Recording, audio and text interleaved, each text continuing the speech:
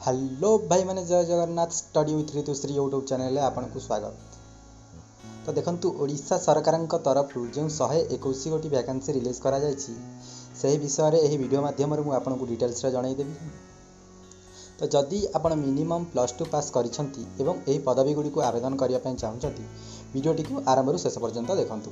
वीडियोटी को स्टार्ट करने पूर्व मुझे आपको कही रखुची कि जदि आपण चैनल ने नुआ तेरे चैनल टी एवं ही सब्सक्राइब करूँ एवं शिक्षा एवं निजुक्ति संबंधी समस्त सूचना आम चैनल माध्यम सर्वप्रथम पाइबा। बंधुगण देखंतु नोटिफिकेशन टी आसी ऑफिस ऑफ द डिस्ट्रिक्ट जज गंजाम एट ब्रह्मपुर तरफ अर्थात आपन को ब्रह्मपुर जिले में ही चाकरी मिल। तो आवेदन तारीख कथा जदि कह जाए ऑलरेडी आवेदन हो सारा एवं यार लास्ट डेट रही 19/8/2021 एवं वैकेंसी कथा जदि कह जाए एठारे आपन को 4 प्रकार पदवीर वैकेंसी रही। जूनियर क्लर्क कपिस्ट आपणकर अनरिजर्व 39 गोटी वैकेंसी रही। एससी 8 गोटी, एसटी 27, एससीबीसी 4 एवं टोटाली 78 गोटी पदवीर वैकेंसी रही। सेहीपरि जूनियर टाइपिस्ट आपणकर जनरल 11 गोटी, एससी 1 गोटी, एसटी 7 गोटी एवं एससीबीसी 2 गोटी एवं सर्वमोट जूनियर टाइपिस्ट रे आपणकर 21 गोटी वैकेंसी रही। सेहीपरि स्टेनोग्राफर आपणकर जनरल रे 10 गोटी, एससी 3टी, एसटी 6टी एवं एससीबीसी 2 गोटी सर्वमोट आपणकर 21 गोटी वैकेंसी रही। एवं सालारीड अमीन कथा जदि कह जाए आपणकर अनरिजर्व कौन वैकेंसी ना, एससी ना, एसटी गोटे और सर्वमोट आपणकर गोटे वैकेंसी रही। एवं सैलरी आपन देखिपे जूनियर क्लर्क 19,900 रु 63,200 रही। जूनियर टाइपिस्ट 19,900 रु 63,200 रही। सेहीपरि स्टेनोग्राफर 25,500 रु 81,100 टंका आपंकर रही। एवं सालारीड अमीन 21,700 रु 69,100 टंका आपंकर दरमा रही। क्वालिफिकेशन कथा जदि कह जाए एठारे आपनकर क्वालिफिकेशन +2 रही एवं ता सहित आपण डीसीए करिथिबा दरकार किंबा पीजीडीसीए रहितले मध्य चलिबो। एवं बयस आपण एठारे देखि पारुथिबे 18 वर्ष रु 32 वर्ष रही।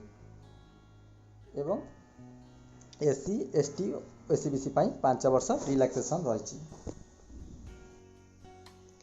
एवं एग्जामिनेशन फी कथा जदि कह जाए केवल जेनराल आउ ओबीसी मानक 100 टंका रही। एससी एसटी एमानक संपूर्ण मागेणा। सिलेक्शन प्रोसेस कथा जदि कह जाए सर्वप्रथम आपणकर रिटिन टेस्ट करा जिवो एवं तापर प्रैक्टिकल बा टाइपिंग टेस्ट करा जिवो। आपण जदि जूनियर क्लर्क कम कपिस्ट आवेदन करुछंती आपन को इंग्लिश रे 100 मार्क एग्जाम दबा पड़ो एवं आपणकर टाइम रहिबो 2 घंटा। सेहीपरि अरिथमेटिक रे मध्य 100 मार्क रो क्वेश्चन आसीबो समय 1 घंटा रहिबो एवं जनरल नॉलेज रे मध्य 100 मार्क रो एग्जाम देबे समय 1 घंटा रहिबो।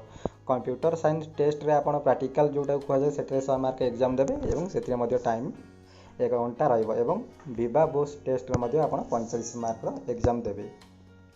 एवं जदि आपण जूनियर टाइपिस्ट आवेदन करुछंती आपण को सर्वमोट 285 मार्क रो एग्जाम दबाक पड़ो।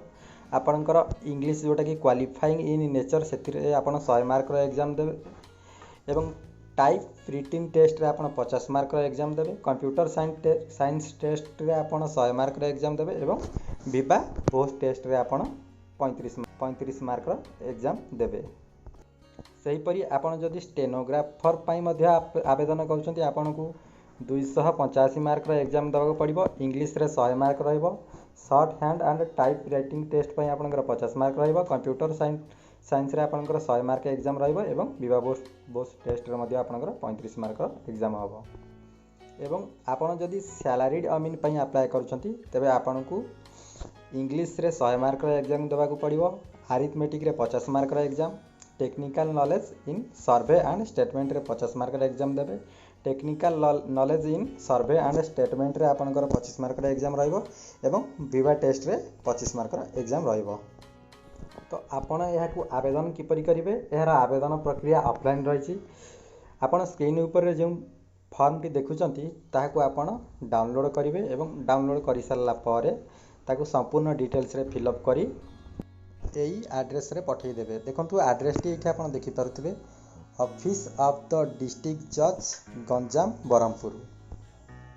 तो आज ये जदि आपको वीडियो भल लगी था तेज लाइक शेयर और सब्सक्राइब करने जमा भी भूलें नहीं।